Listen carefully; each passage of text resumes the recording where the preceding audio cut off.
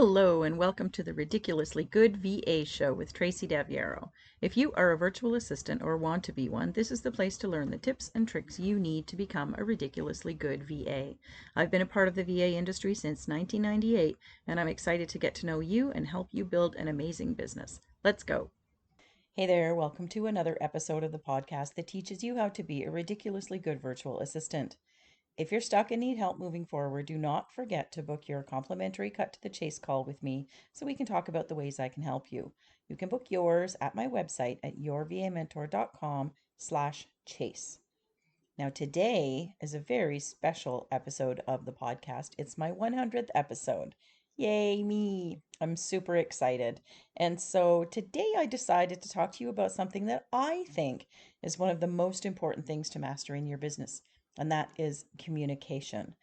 Every single week, I choose topics that you tell me you want to hear about, and that's what I cover. And today I decided, you know what? It's a little bit about me. You guys know me, it's okay.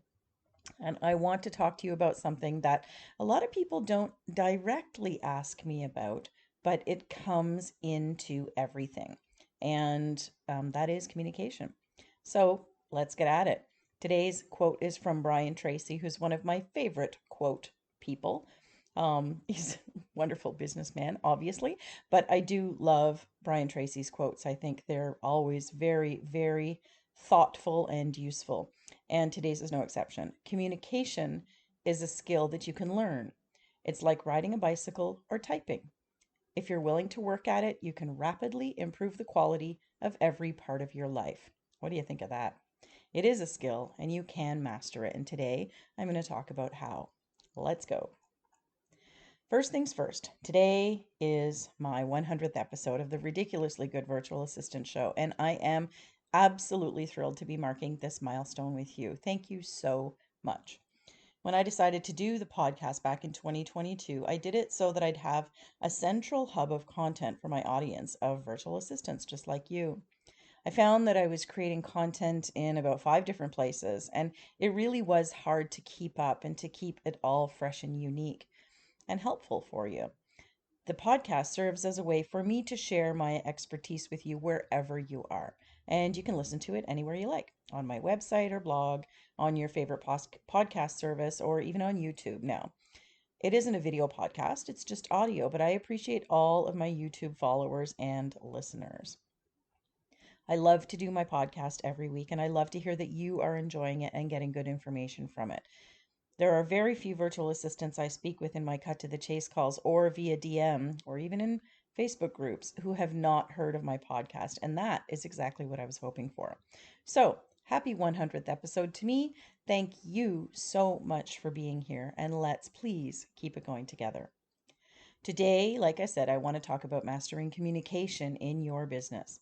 Communication is something that I think I've worked very hard on over the last 25 plus years, and it's something that I find myself teaching often, and that is why I chose it as the topic for this very special podcast episode. Some of the things I want to talk to you about today, you can also use in your personal life. I'm not going to touch particularly on them, but you'll see how it definitely makes a difference when you kind of change the way you do things. But for sure, if you can get better at communication in your business, you will soar high above a lot of other virtual assistants who really just aren't doing it well. And if you're one of the ones who isn't doing it well, that's why I'm glad you're here.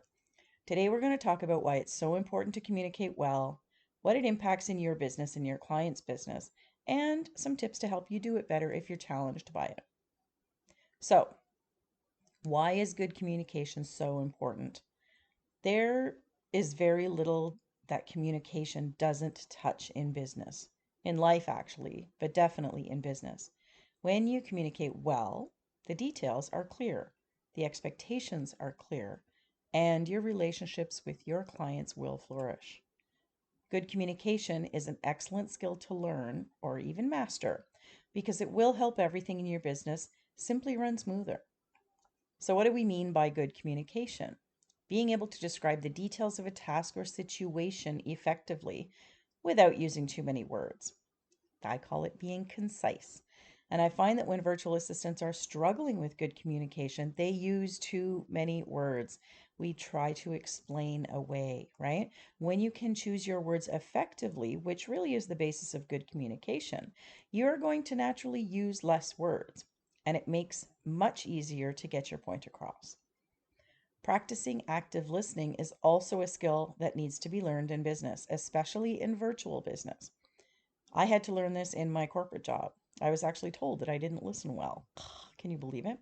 I communicated for most of my job, and I really was shocked when the head of HR told me in my performance evaluation that this was actually a major flaw in my communication style. I'm sorry, what?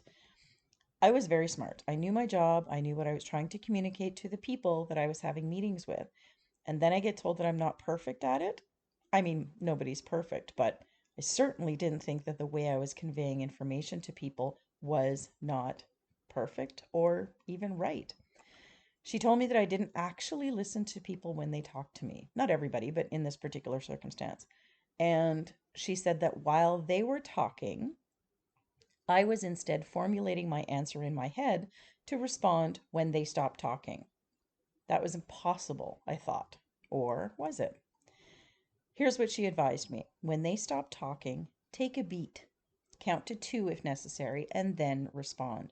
She said, even if you're listening, you're thinking so fast, and then you tell them your response before they feel you've even reflected on what they just said. So I was making them uncomfortable. You may already know what you plan to say, but it's going to make them feel more heard and it feel like you are listening. So guess what? I did it, and she was totally right. I wasn't listening, or at least I was listening, but I was still thinking ahead of what they were saying, and definitely I was responding much too fast. So I became aware of it and I stopped. I started taking that beat. I started really listening to what they said. My response might not have changed. It may have been exactly the same as it was before, but at least now I was sure that I was honoring their opinion or their feedback, and I was making sure that I was actually answering them. It was quite amazing, actually. I had no idea I wasn't doing it until someone pointed it out. There is always room for improvement in our communication, and there's room for you too. If you're not active listening to your clients or potential clients in a networking situation or a discovery call or even working together every day, try it for yourself. It really slows you down and it improves your communication skills dramatically, very quickly. Look at me now. I coach for a living. It's all about listening, right? Good communication puts you leaps and bounds ahead of other VAs who don't do it well. And a client who feels that you're communicating well with them is a happy client, and that's what keeps the VA work coming. How does communicating well help your clients? Well, how specifically does it help them with their business? Clear communication helps you manage your scope of work. It's one of the first things that you and your client discuss in that discovery call. Talking about what you can help the client with specifically is really important. It's going to set the tone for how you communicate through your working relationship. It helps you to take charge of your work scope.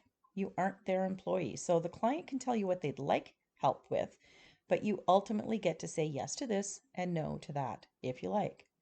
The scope of work gets detailed in your contract, and you can use that to stay on track and be proactive as the VA. Clear expectations are always a direct result of good communication. One of the things that we struggle with our clients about is one person thinking that one thing will happen and the other person thinking something else is going to happen, and conflict occurs. This might occur through trying to meet a deadline when the client needs to provide certain things for you so that you can complete the task. If they don't provide those things on time, maybe the project gets behind. If there's a lot of back and forth, that can also put you behind if things are not clear. I had a client who I used to tell, or I did tell, I needed 24 hours of lead time for her newsletter. She would routinely send it to me exactly 24 hours before she wanted it to go out. Sometimes it was a Tuesday, sometimes it was a Friday. We had no regular day. It went around her schedule. That wasn't really what I meant, though. Sure, she was giving me enough notice, but if I didn't know the newsletter was coming that day, and what if I already had my day planned? She'd send it on a Wednesday at 3 and say it has to go out Thursday at 3. That was her concept of what 24 hours meant. The policy was there, but it didn't always work the way it was supposed to because we had different expectations, right? So it's up to you to make sure things work, that you are managing those expectations properly for both of you. You're the contractor, you're the one who is in charge. It's up to you to make sure things work. When I was providing client care for my clients, that means checking their inboxes and responding to their clients. I charged one of these clients an average of 15 minutes a day for that task. They ran a coaching business and sold mainly digital programs. We had an email inbox, or he did, for client care, and I would check it every single morning and respond to anybody who needed help. He had a good system of and an automated e-commerce sort of service, so there were not always questions because what they paid for, they got, and they got the follow-up and everything. But if there were any, I'd answer them with our canned responses that we had created together. I only needed to log in once a day because I did it every single morning. Every morning it was one of the first things I did was I checked this inbox. And if there was nothing in the morning, maybe I'd check again later that day. But I didn't have to be on there all day long, and I was never really spending more than 15 minutes a day to process what was coming in, unless he was doing a launch or something. But on a regular basis, on average, it was about 15 minutes a day. That client used to use 10 hours a month of my time. He paid me for 10 hours a month, and 5.5 of those hours were keeping an eye on his inbox very, very simply every day. He knew that his clients would get a response every 24 hours and that he didn't need to pay me to check it 4 times a day. There was no need for that. And he didn't need to jump in and look at it either. And of course, because we had the canned responses, I always knew what to respond in, at least in most circumstances. And so it was a fairly simple task. His expectations were met, and we did it with a very lean budget. We can communicate these things to our clients in a way that it's a win win for both of us. I was also able to provide the same service to 8 of my clients at that time. So every month I was billing more than 40 hours a month simply by checking emails once a day. My clients knew that their inbox was checked daily. It was win win for everybody. You see how we can make things make sense for us and for them. That's managing expectations. Managing expectations of the work being done is a really good skill to learn. Your clients do not want to be looking over your shoulder all the time, especially for routine or everyday stuff. Make it easy for them to trust you so you can provide a service like this. And of course, we can't talk about communication without talking about conflict. It happens, and it is the most needed skill when things go wrong. My theory is always to set things up so that as little as possible goes wrong, but still sometimes it can happen. So we need to use communication to fix it. How do we do that? First, we need to assess the situation. What should have happened? Who should have done what? Is any blame ours? If so, how can we fix it now? And how can we fix it for next time? Is any of the blame our clients? If so, how can we fix it now? And how can we fix it for next time? We create policies in our business when things go wrong. It's the only reason anyone creates rules for anything, right? They want to avoid the same situation in the future. When we're trying to resolve conflict, we need only to look at the professional aspect. Keep your personal feelings out of it. This is advice I give all the time. It's not personal. If a client pays us late, maybe we feel hurt. We're certainly mad, and then we leap into our VA communities to bitch about it. It's hard not to take it personally, but it's not personal, it's business. In business, you have to think about what the issue is, the actual issue. So, what is your payment policy? Mine used to say on my invoices payable on receipt on the first. That's when they owed me my money. And I would send it out on the first. And some of my clients didn't pay me that day. And sometimes I'd get upset, go, well, they were expecting it. How come they're not going to pay it? How does that make any sense? We all get busy. Although I knew that my client knew that the invoice was due on the first, if I only sent it to them that day, and they were away, or it was a weekend, or maybe their bookkeeper paid for things, or maybe it was a holiday, or even if they were just busy. And if they didn't have time to pay it for a few days, that's not really their fault. That's what I mean about, what happened and or what happens on a regular basis if they don't pay you on a regular basis. And what can you do to fix it today and what can you do to fix it in the future? It's not about laying fault. It's about who was supposed to do this. How can we make sure that that can get done differently? One of my virtual assistants that I used to work with used to send me my invoice on the 20th, and it was payable on the 1st. I paid her by retainer, prepaid retainer every month, which is, obviously one of the ways that I suggest that VAs get paid as well. That makes so much more sense to me. We need to give people time to do that process of the paying. It didn't matter whether, they logged in and paid me themselves, or whether they, gave me their credit card number, or whether they had a bookkeeper who was supposed to be doing it for me. It's important to give people enough time to do things. And if you're constantly not being paid on time, think about what your policy is. My policy was very, very tight. You get the invoice today and you have to pay it today. That's not always the best option, right? Um, I all loved that she did that. It made perfect sense to me. I never did it. I still never did it, but I think it's a really, really smart thing to do. Now, of course, that can only be done with retainers, but you see what I mean, right? So if your clients are consistently paying you late, you don't need to take offense or get mad at them. Maybe you just need to change your billing practice or your policy. And you can see how that makes the difference of it's not personal, it's just business. And you communicate that policy or way of doing things, that practice to your clients. We do tend to take things very personally when we don't need to. Here's another example. A client gives us last minute work to do all the time. We've told them that we can't do last minute work, but somehow they still send it. It's a habit that people create, right? So what do? We do it, but we're angry when we do it. We dread seeing their name in our inbox because we know it's going to be something we have to drop everything else for because they need it done. We feel like we have to do it. But guess what? All we're doing is teaching them how to treat us by actually doing the work. So, what do you need to do? Don't do it. Don't do it once. Tell them you can't, and that will make them understand. I've done this. I've done this. Late fees or rush fees are sometimes something that VAs implement so that they don't have to do last minute work. I never had a late fee. I never had a rush fee. I just said I honestly can't do it. And that was the thing that helped the clients understand that I really could not do it. You have to clearly state your lead times for that type of task, and you have to hold that boundary. Super, super important. Late work or rush work doesn't get done, right? It seems really harsh.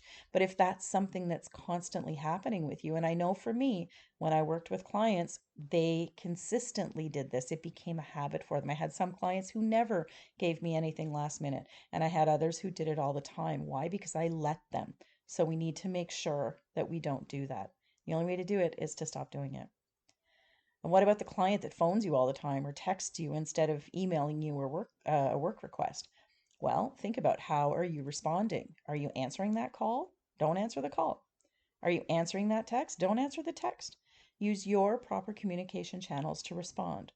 I would always email my clients back to say, hey, I got your voicemail or your text. Here's what I suggest, or here's what can happen, or, here's my response, whatever that is. And I told my clients they were welcome to call me and leave me a voicemail if that was convenient for them. A lot of my clients were very busy. They were on the phone all the time, they were on the road as speakers, but I would always respond to them via email. Or I would tell them we could book a meeting, which was, of course, billable time.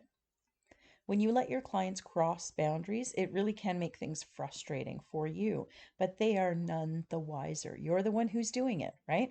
I hear VAs say, my client needs to meet with me every day. No, they don't. They need to communicate their needs in a way that you can take that information and get your work done. Or a VA might say, my client meeting went on for 2 hours. Ugh, what? There's no need for that. You need to get the information about what they need, clarify the deadline and the lead time or whatever the details are to complete that work, and then you need to take your time and get to work. Meetings are the biggest time waster in corporate and in contractor work like we do. Meetings are very useful and necessary to clarify details, but a 2 hour meeting is never necessary. How do you improve your meeting communication? You need to create an agenda. Create it, use it, and stick to it. And set time limits for things. Meetings are supposed to be the thing that help you cover more details than perhaps just an email back and forth or a project management system, right? If you think you need 2 hour meetings, we need to talk because You can tell me about your most recent 2 hour meeting and what you did on it, and I'm going to tell you how it could have been a 30-minute meeting or less, even. And yes, I will absolutely active listen to you. The last way good communication helps your clients in their business is through feedback. You need to ask for feedback and you need to give feedback. Constructive criticism, we call it. I like the word feedback. Everybody is different. We all have different work styles, work paces, and work personalities. But you need to check in with your clients. Ask them if there's something that you can do better or differently that will make things easier, for the two of you to work together. Tell your clients when you think there's a better way for them to do something. It's really important. You're working collaboratively, separately, of course, but there is always room for improvement, and communication is the key to being able to talk about that kind of thing. Feedback, when you keep it constructive, can really help so much. Here are a few tips to help you communicate better. My number one way to improve your communication in your virtual assistant business is, can you guess? I've done episodes on it. Use a production meeting. You need to book a weekly meeting with every client that you work with. It can be a short one for small clients, it can be a little bit longer for bigger clients, but you need to meet weekly and you need to create a standard agenda of what you're going to cover on those calls. I'll give you an example.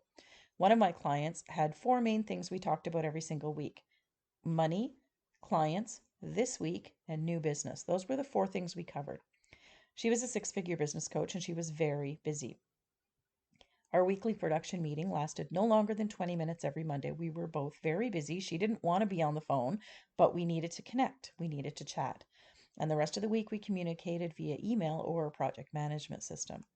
We talked about money, what came in, if there were any issues with what didn't come in, and perhaps what to do about that. That was the way of keeping her up to date on what was going on. Naturally, I also created a report that she could reference anytime she needed to look at something, but it was good to know that I was on top of things. It made her feel better because her business needed the money to run, right?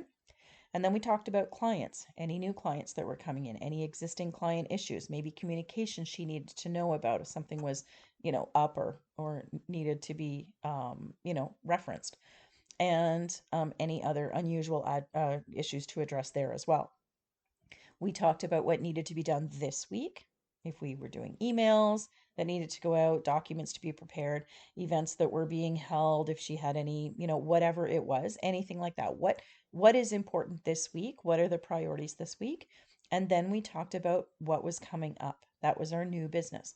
When it was, what it was, where it was, so I could start to get the details set up in our project management system and start to put things into the calendar. When you make your meetings productive, and I do call them production meetings, they will work so well for you. And then, this is a number one thing that you have to do after a meeting: go and update your project management system. Take some notes, put some details in, and move your communication there for the rest of the week. When you need to follow up on something that you talked about on your production call, do it through your PM system. Don't open your PM system on a call and go over every last thing that's in there. That is not productive. The reason that we use those systems is so anybody can look at it anytime they want, right?